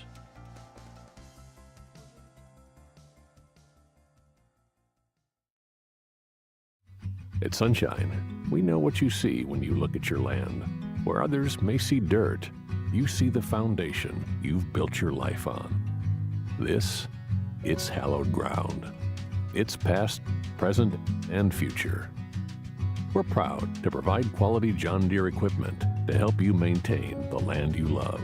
Check out our current promotions and learn more about what it means to be powered by sunshine at sunequip.com. Parish Construction and Roofing. This is Coach Kim Mulkey. Go to parishbuilt.com for all of your roofing needs. From your hometown, parishbuilt.com. We came up with the idea of auctions in August.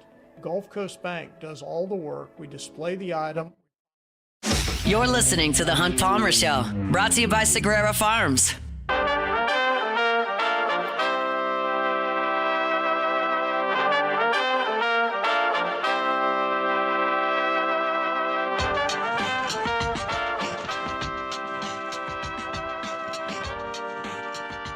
Thursday show is brought to you by Sagrera Farms, premium Angus beef. Football is on the way. Bunch of checks that you've checked off that checks list over the last month or so. Another one tonight as the Brian Kelly Show cranks back up on the LSU Sports Radio Network. Chris Blair will be there at TJ Ribs for it. Gave him the summer off. Last time we talked to him was in Omaha, but it's now time for some football. It's time for the Coaches Show, and it's time for Chris to return to his Thursday slot. He does so now on the Jim's Firearms Hotline. Did you have a good summer, sir? I did. I really did. I mean, it really hit me as you were talking. I mean, it seems like yesterday we were having a blast up there in Omaha, Nebraska, and here we are getting ready to go to that other shape ball in football. And I studied in psychology class in college. They talked about the older you get, the faster time moves, and boy, I'm a believer now. Look, you are going to have to learn a lot of different names here for the old spotter sheet. That's the nature of the beast with college sports these days in the transfer portal. Have you studied up? Have you got your depth chart in front of you? Yeah, actually been working on it for I guess a couple of weeks for that very reason. And I know you guys talk about it every day. One of the reasons I'm very optimistic and super excited about seeing this team come August 30th and beyond is, I think the problems or the deficiencies, I won't say problems, but deficiencies I think were clearly addressed. And, if you know anything about anything in life, you can't change anything or make anything better till you identify those issues. And I think, at least up until this point, I thought that Coach Kelly, his staff, the entire football operation, went out and addressed those. And part of that, a big part of that, obviously, was the transfer portal haul. Considered to be the top in the country. And as you mentioned, there's going to be a number of game one playmakers that we're going to be seeing and learning about for the first time. But that's a good thing. I mean, I just think, one of the things that excites me, Hunt, is when you start breaking down the position groups and you start looking at the names that we are familiar with, guys that are in their second year or maybe even third year, in some cases fourth year in the program. And then you take a look at what they backfield with experience out of the P4, guys who have big-time college football experience somewhere else that had really good seasons, either last year or the year before.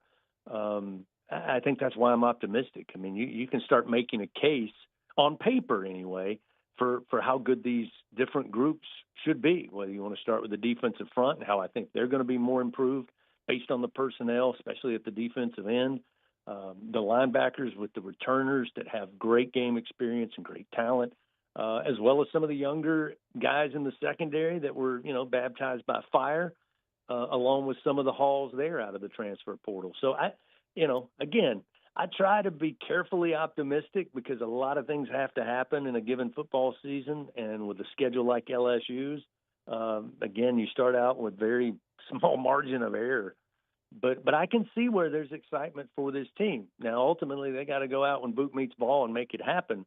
But I like the fact that all of those issues and all of the needs, I feel, were pretty well addressed by this staff. And, when you talk to Coach Kelly, I've run into him a couple times at some events this summer. And, I understand why he's very optimistic about the talent that they have assembled this year. Look, I have not been afraid to go out on a limb the last 2 years and say I'm a little concerned about the way I'm watching the defense every day in camp, and I have not been afraid at all to go out on a limb this year and go, I think the defense is going to be really, really good. And a lot of folks that have watched LSU for a long time around here have seen a lot of really good defenses. I think this is going to be one of them. Is there a level, as you kind of went through it there, but is there a level that you're most excited about watching in that first game against Clemson?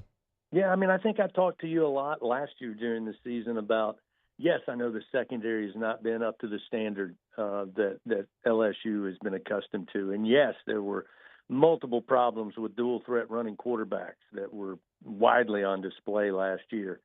But I was always a fan of Blake Baker. I liked it when he was here on the previous staff. I was impressed with what he did at Missouri in his short time.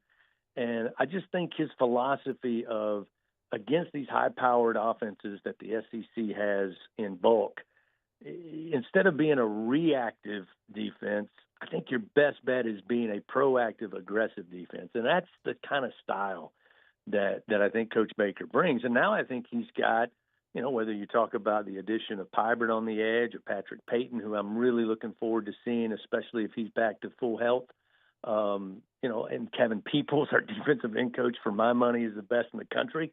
I like what I see out of this defense. Now, I know the story always is, and this never changes.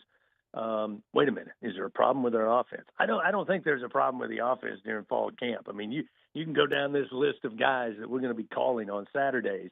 I don't think LSU offensively, there's certainly some improvements, starting with the running game. But I think that's to me is the better sign, that this defense is not just being mauled over practice after practice, scrimmage after scrimmage. That, to me, is another reason why you got to be pretty excited about the defense. I thought as the season went on, we saw some flashes of better than the 23 season. But I think in 25, it's got to be markedly better. And I know that's what they're working on, and I'm excited to see what it looks like against a really good quarterback, good group of receivers. I don't know about Clemson's running back situation. They're having some issues there with injury. But yeah, I think that's a great sign. When people tell me, look, I heard the scrimmage was all defense, I'll take it. Yeah, the offense has a lot of proven commodities on it. There's no question. Garrett Nussmeier is one of those. I push back on the narrative, but I'll toss it to you. You were on the mic for Joe year 1 to year 2, as well as Jaden year 1 to year 2. What are your expectations for Nussmeier in year 2? Yeah, I have no reason not to think he'll make a major step forward. And that's not. Some of that has to do with the development we saw for Joe and obviously Jaden. But I don't think you can cookie cutter that. There's all kinds of variables that impact that. But Garrett Nussmeier knows what it looks like. The fact that his father played in the NFL and his father has worked, as a quarterback's coach, and that Garrett was willing to buy into being a developing product as he came through the program here, which is, we joke all the time, that's a college football unicorn, Garrett Nussmeier. Yeah. And so I think for all of those reasons, you could not help but think if all things are even, yes, I think there's a potential for him to take a major step forward. The good news is we all know he's never lacked of confidence. He didn't lack confidence the first day he stepped on campus. What I think now is he understands from last year this is his team. He's got to make those right decisions. Can he still make those throws in tight windows? Absolutely. Can he make all the throws that you're going to need to make to be successful? Absolutely. His decision-making, I think, is what I think that will be why we see a major difference and a major uptick in his play. And as you said, you look who's gathered around him, especially on the outside. Hunt, you can make an argument there are 8 receivers, including our hybrid tight end, Trey'Dez Green, that would be playing multiple mini snaps for a number of not just Power 4 teams, SEC teams. Aaron Anderson, Chris Hilton Jr., the addition of Nick Anderson, Barryon Brown, Kyle Parker, Jelani Watt. Again, it's kind of an amazing the abundance of riches they have in that wide receiver room. I say all that because I think the passing game's going to be better. I think Garrett's going to be more judicious. I think you'll see his completion percentage go up. I expect that to be seen. And I expect the ability to stretch defenses and really make them prepare for everything. Because I think last year, as well as Garrett was and the receivers were, and as many yards as they were able to add, they really didn't have the threat vertically. And goodness knows, with Hilton being successful, we saw what he did on the back end, even when he wasn't quite 100% last year. Nick Anderson, that's kind of his bread and butter. Barrion Brown is a guy that can do that as well. So, yeah, I mean, it's going to be fun to watch. I just think it comes down to what I talked to Coach Kelly about a couple of weeks ago, is being able to run the ball when we want to run the football and be successful. To me, Garrett now has an expanded route tree for his passing game, and if you're able to get some really good running where you can run the ball when you want to on first down and make it second and short and third and short, I think that just puts a lot of pressure on any defense, and you're going to see some pretty good ones starting week 1. Yeah, I mean, this time last year we weren't talking about Caden Durham, and then all of a sudden in Columbia, South Carolina, he kind of exploded. What do you expect from him in year 2? Yeah, I hope he makes a major jump too, because that's another exciting piece. I mean, that South Carolina game, the freshman basically turned the game on its ear. I mean, 17-0 before you can look up, and it was like, you know, what are we going to do? We're not hitting the big pass play, and then boom, they make the call to give it to the freshman, and he has great field vision, which we saw on display all last season. He's got the extra burst of speed, makes the right cuts, and is physical. I mean, I was just watching the other day that run against South Carolina. You know, credit the offensive line. They gave him a huge hole on that left side, and then he navigated his way and took a couple of hits and gave a couple of hits on his way to the end zone. So, again, I'm expecting good things out of the running game. And talking to Coach Kelly again, he said, look, we had 2 of the best on the offensive line in Will Campbell and Emory Jones, and they've moved on.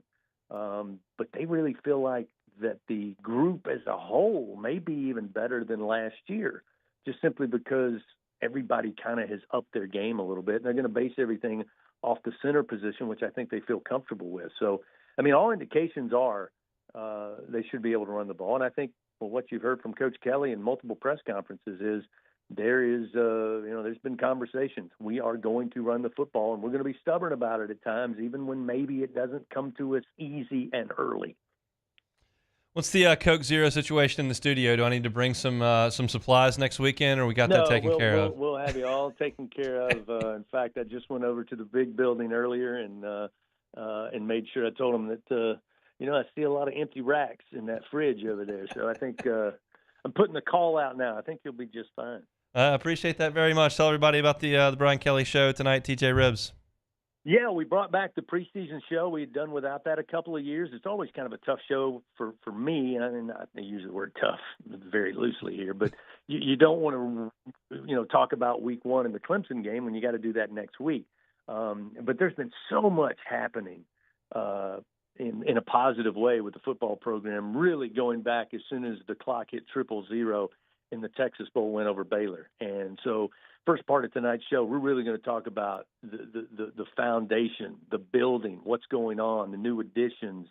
And I'm interested to see, Hunt. I think the question that I'm trying to get, and maybe fans will be interested in, I hope, is it a matter of they went about preparing for this year differently, or is it about the fact that in year 4, that's just the way things are? So I'm interested to hear, Coach Kelly talk about the changes, all for the good, and how this team really began being built in early January of 2025. And the other thing is going to talk a lot about the sense of urgency. If you go in that building, and frankly, since January, if you go in that building, it's pretty obvious that there is a huge game on August 30th.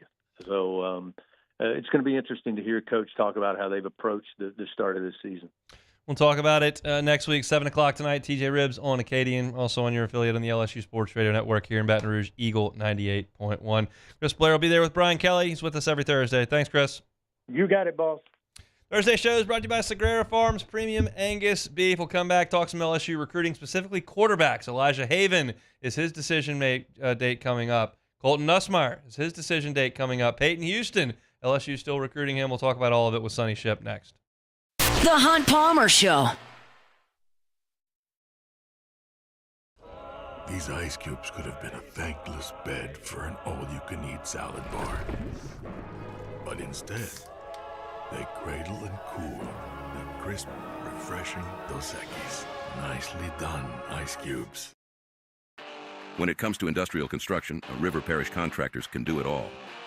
Mechanical, structural, custom fabrication, specialized welding, and turnaround services. Strategically located in between Baton Rouge and New Orleans, we have the local team with the experience and commitment to safety to manage the most complex industrial projects. Period. Here's the deal. Partnering with us means your project is delivered on time, on budget, and most important, safely. River Parish Contractors, let's get building.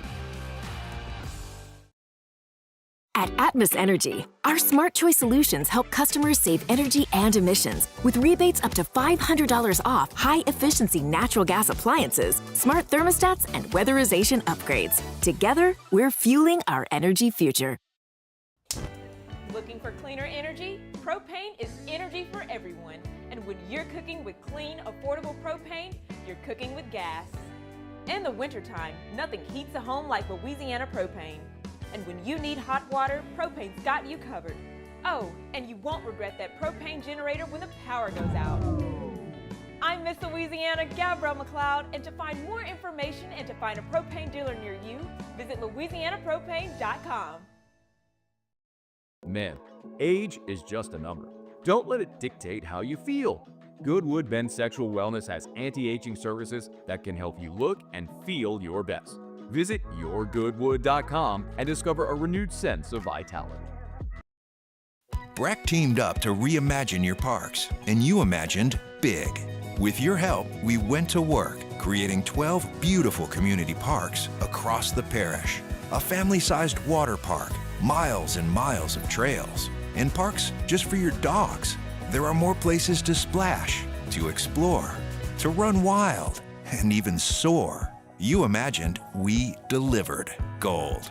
Breck, your #1 park system in the nation. Today, we are shaping tomorrow. We are researching how extreme stress impacts the immune system, from trauma victims to athletes and even astronauts.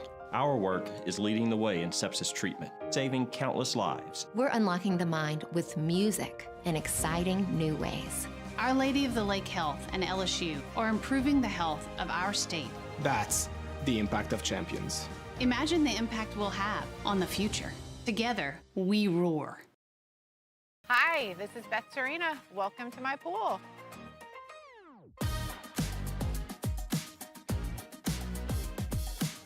The first time I saw this beautiful pool, it exceeded every expectation that I had. They were able to get everything we wanted in this pool. It is a beautiful pool. We live out here, we eat out here, we watch TV out here. This is like our living room outside. We love this pool and everything about it. When we decided to build our pool, we called a great friend who is one of the best pool builders in the country in North Louisiana, and we said, who would you choose to build a pool in Baton Rouge?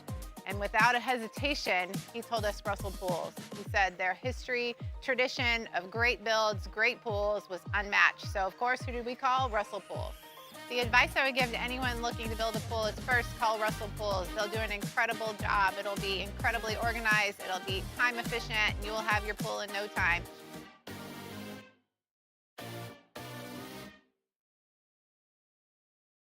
We came up with the idea of auctions in August. Gulf Coast Bank does all the work. We display the item. We prominently feature it in social media. You're listening to The Hunt Palmer Show, brought to you by Sagrera Farms.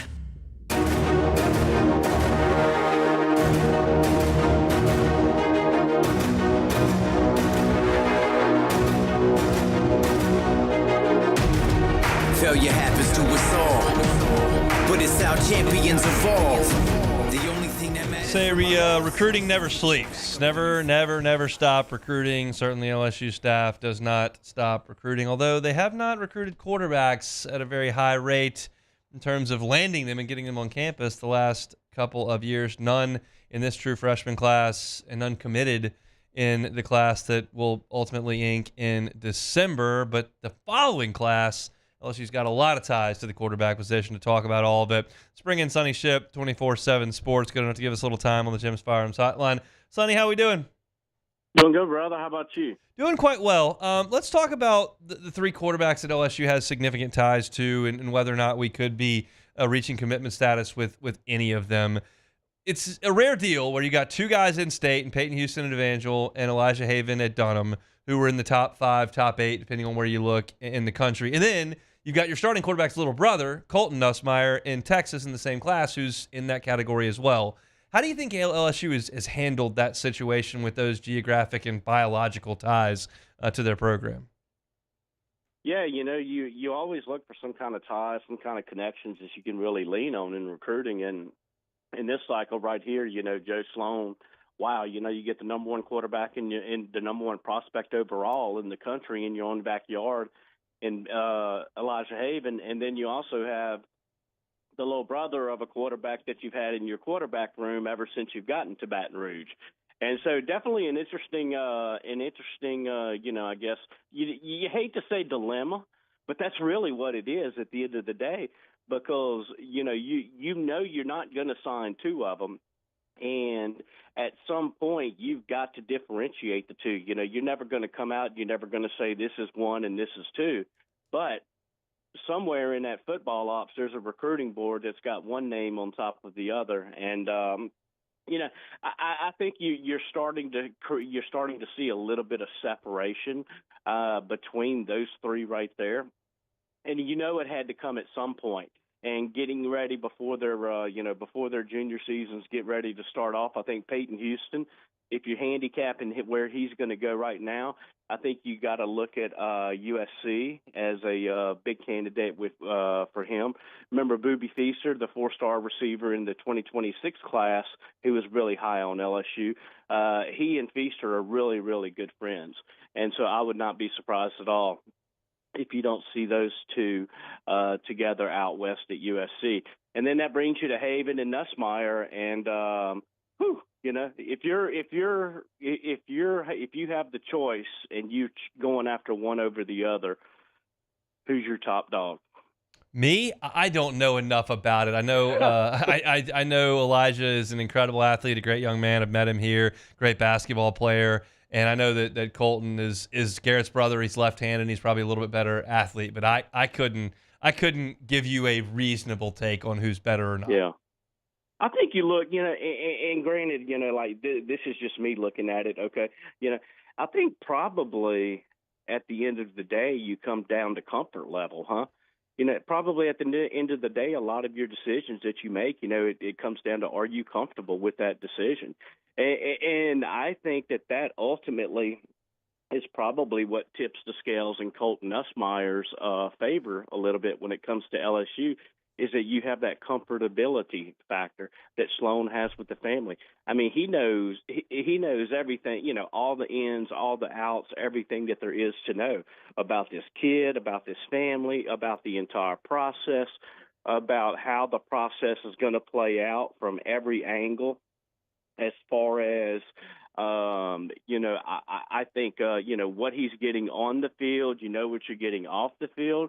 But then I think you would be naive if you didn't look at this from an NIL standpoint too, and say, okay, how much bang are you going to get for your buck right here? Because in the day and age we are now, every kid's getting paid. Yeah. But when you put that 5-star by your name, that gives you a, you rolling up to the car lot right here with a lot of feeling pretty good about walking in that financial guy's office. No doubt. So I've seen some industry folks start to make some predictions here and there. I'm curious if you think that, not to give a prediction, but for this part of the discussion, do you feel like commitments from those two guys are anywhere near imminent? On one hand, when you look at it, LSU doesn't have any commits for 2027. I think they would absolutely love to have your guy, love to be able to start building around him. I think if you look at, if you go with the notion that Florida is the team to beat now with Elijah Haven, which I do believe that as well. I do think that Billy Napier and the Gators, that they have created a little bit of separation there. And you got to give Napier and them credit, man. you're recruiting a guy like DJ Lagway, and now you're following it up a couple of years later with a guy like Elijah Haven. I don't think he gets enough credit for recruiting at that position at such a high level. But you got to really tip your hat to Billy right there. But if you're me, getting back to the original question that I posed at you, that I was just waiting for you to call to, just so I could spring that on you, by the way.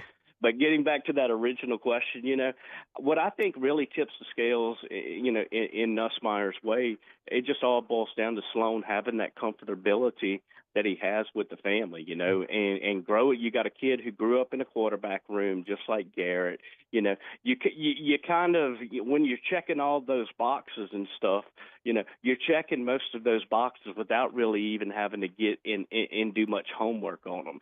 So I just think it, and I hate to use the word easy, but I think it's just an easier decision and an easier recruitment for him from that perspective. What do you think of Colton Nussmeier as a prospect? Oh, I think I like him. I like him that.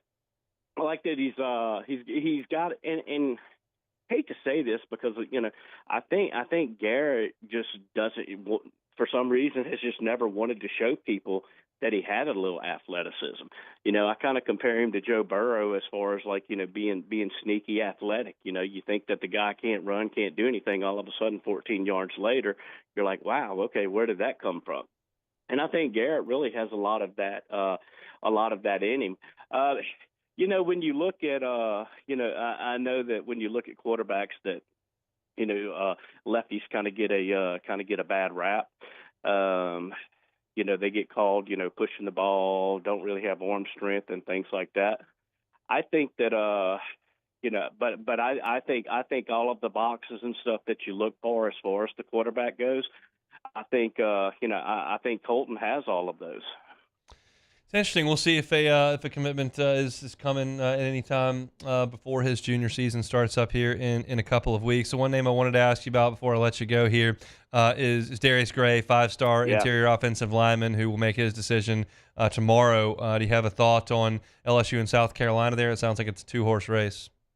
Yeah, 2-horse race. And, 2-3 months ago, I think LSU was the team to beat, and they were probably the team to beat for about 3 months or so.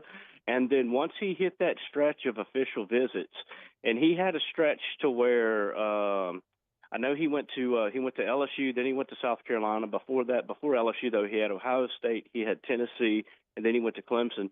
And it seems like on those official visits that once he got back home, that the distance factor really started to kind of become a bigger issue with him. Crazy thing about it is from talking to folks on all sides of his recruitment, we talk about NIL so much, but my understanding is that LSU has put together a really solid NIL package that that is better than what South Carolina has proposed to him. And, so we see it's not always about the money with all kids, but right now I would definitely lean to South Carolina. And that's the bad thing is in this recruitment right here, you say, well, man, if you can just, if you can sweeten that pot with a better NIL deal, then you can go ahead and pull this over the finish line. It's like, well, not all times. It's an interesting game. Recruiting never stops, and it's always different with every individual player. Sonny, we appreciate it a little bit. Brother, I got to give you a shout out on your schedule predictions that you rolled out last week. I saw that 20-16 on Clemson, and I said it was 2016, right? Isn't that what you? I know it was low scoring. I don't remember what it is. I think it was 2016, but I remember seeing that, and I was like, you know what?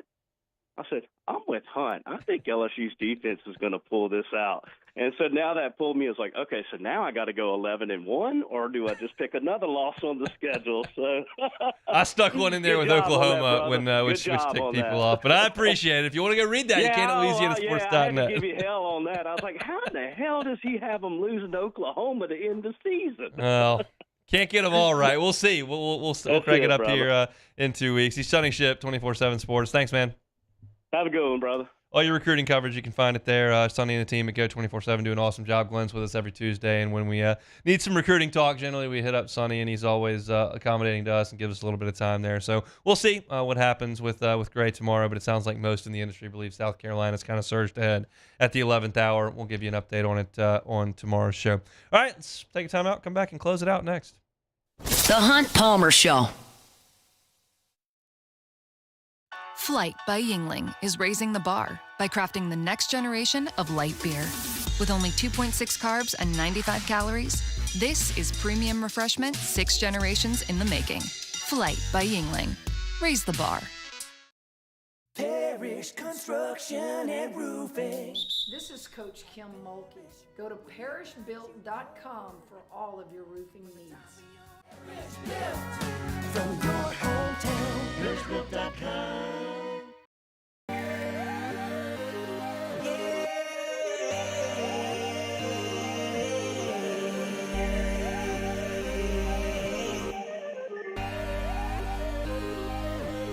You gotta believe in a dream. Believe. You gotta believe in a dream. Believe. You gotta believe. My whole team on wild. There it is, the extra mile. On the border of expected and extraordinary. For those willing to go further. Like vans customized for work or play. With safety and tech to keep you connected. Supported by a 5-star sales, service, and finance team. And backed by the 1-star you know. So go the extra mile. It's never crowded because so few have what it takes to go there. Mercedes-Benz Vans. These are the luckiest ice cubes in the world. They could have been a thankless bed for an all-you-can-eat salad bar. But instead, they've been called upon to cradle and cool a crisp, refreshing Dos Equis. Looks like the lucky just got luckier. Dos Equis. ED, low T, or simply seeking to optimize your health and performance? Goodwood Men's Sexual Wellness offers a range of discreet services to address your specific needs. We empower men to reclaim their health and confidence. Visit yourgoodwood.com.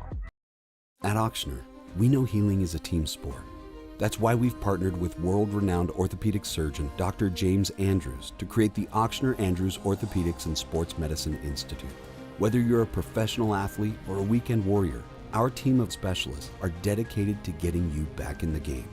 So whatever your reasons are for reaching your personal best, we've only got one. You. Ochsner Andrews Institute. Long live you. Family owned and community driven. Service Chevrolet Cadillac, a legacy you can trust since 1972.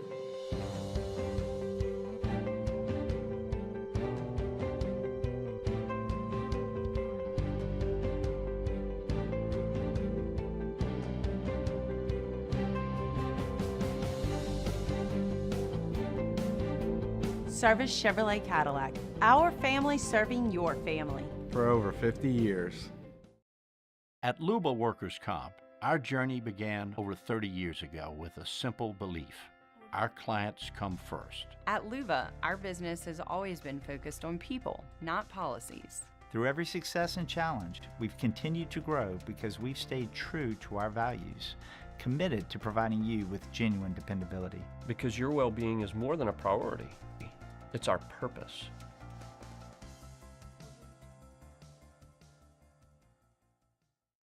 We came up with the idea of auctions in August. Gulf Coast Bank does all the work. We display the item. We prominently feature it in social media. You're listening to The Hunt Palmer Show, brought to you by Sagrera Farms.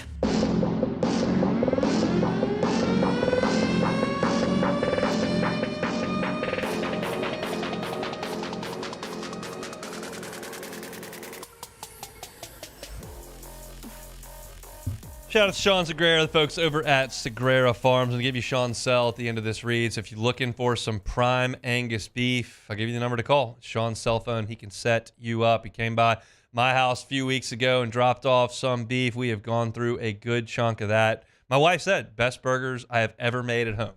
She's not a big fan of the burgers I make at home. Generally speaking, I don't do a good job. Maybe it wasn't my job. Maybe it was just not very good beef. And when we changed that and got some prime Angus beef, put those babies on the grill, and they were the best I have made at home. I threw a big bone-in ribeye on the grill a couple weeks ago as well. You talk about awesome. All I did was salt and pepper that thing, threw it on that hot flame. As good a steak as you're going to make at home, as good a steak as you're going to find. It's some of the finest beef in the world, and it's just outside Baton Rouge. Top 1%. Only prime, aged 45 days, raised on grass, finished on grain. Every single cow on that farm is a 3-year journey to the finished product. Their consistency is remarkable. The quality is impeccable. If you're looking for steaks, ribeyes, fillets, strips, skirts, flanks, if you're looking for ground beef for your burgers, talking about Segrera Farms Premium Angus Beef. Give Sean a call. 225 is the area code, obviously right here, just outside of Baton Rouge. 719-1723. That's 719-1723. Segrera Farms Premium Angus Beef. Only one more order of business to go here on this Thursday. That is, of course, take it or leave it. Take it or leave it. Take it or leave it. Presented to you by Flight by Yingling, the next generation of light beer, crafted by America's oldest brewery. Today's hottest stories in sports, news, and sometimes even Hunt's life. The question is, will he take them or leave them? If you're going to be on the grill, you might as well have a cold beer. If it's summertime, the weather's hot, you're on the grill, no better beer to have than Flight by Yingling. 2.6 carbs, 95 calories. All the awesome flavor you're looking for in a cold beer. It is Flight by Yingling, the next generation of light beer. Okay, let's start it off with the Chicago Bulls announced today that they will retire former All-Star point guard Derrick Rose #1 jersey in a ceremony against the Boston Celtics on January 24th, 2026. Rose was the youngest player to ever win the NBA MVP. Is this deserved? Take it or leave it. I'll take it. Derrick Rose was awesome. Yeah.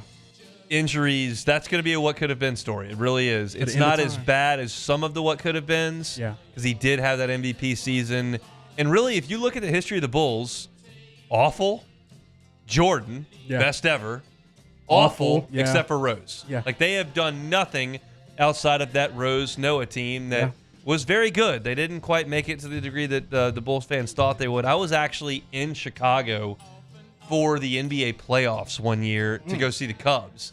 And me and my buddy were going to some bars at night and watching the Bulls. It was a hoot to go watch those Bull games in the Chicago bars. They loved Derrick Rose. They loved Joakim Noah.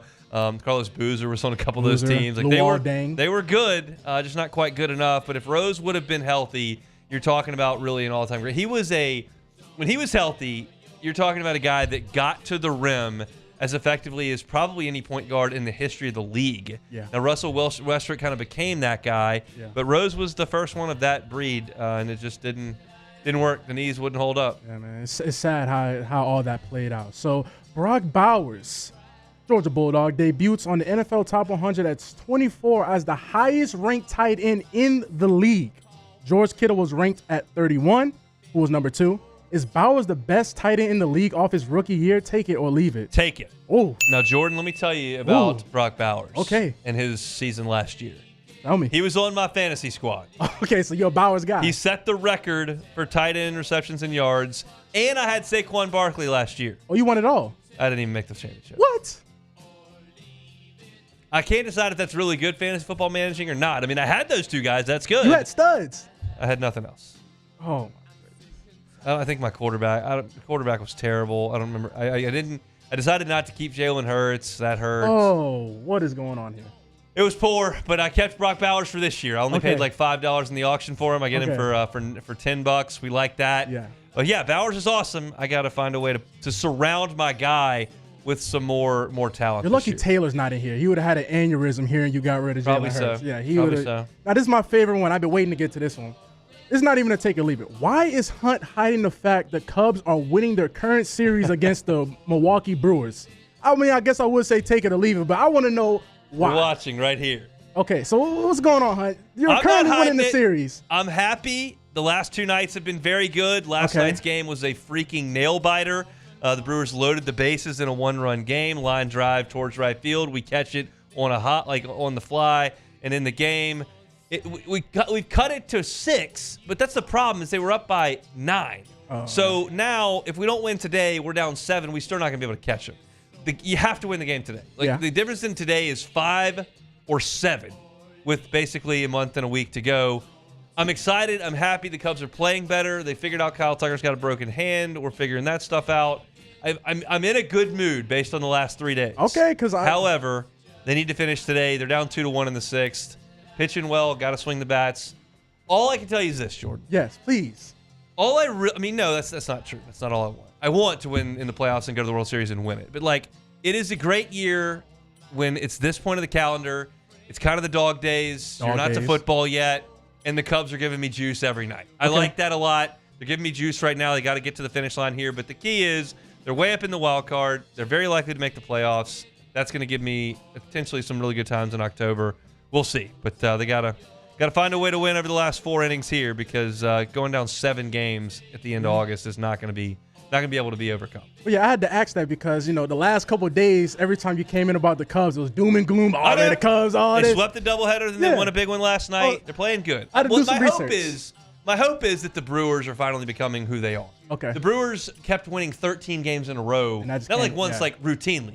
They're not that good. Yeah. So hopefully they're crashing down to earth. Hopefully they have an atrocious postseason, which they usually do, but nobody notices because they're all pulling for the Packers by that point. Yeah. But the Cubs doing well over the last couple of days. We like that. And that's it. Let's take it or leave it here on this Thursday. That's it for our Thursday show. Lot of ground covered today. Saints trade, we talked about it. Saints naming a starting quarterback for the preseason finale, we talked about it. You can catch those at Hunt on Saints. We talked LSU with Chris Blair. Talked LSU with Sonny Shipp. Talked LSU special teams. You can find all that at Hunt on LSU. Matt's going to drive you home next on After Further Review. I'm out of here. Y'all have a safe and happy Thursday evening. We'll see you tomorrow, same time, same place for a Friday edition of The Hunt Palmer Show. The Hunt Palmer Show. Looking for cleaner energy? Propane is energy for everyone. Propane water heaters are very cost efficient, and the savings are even greater with a tankless propane water heater. We all know that Louisiana propane is a safe and environmentally friendly fuel.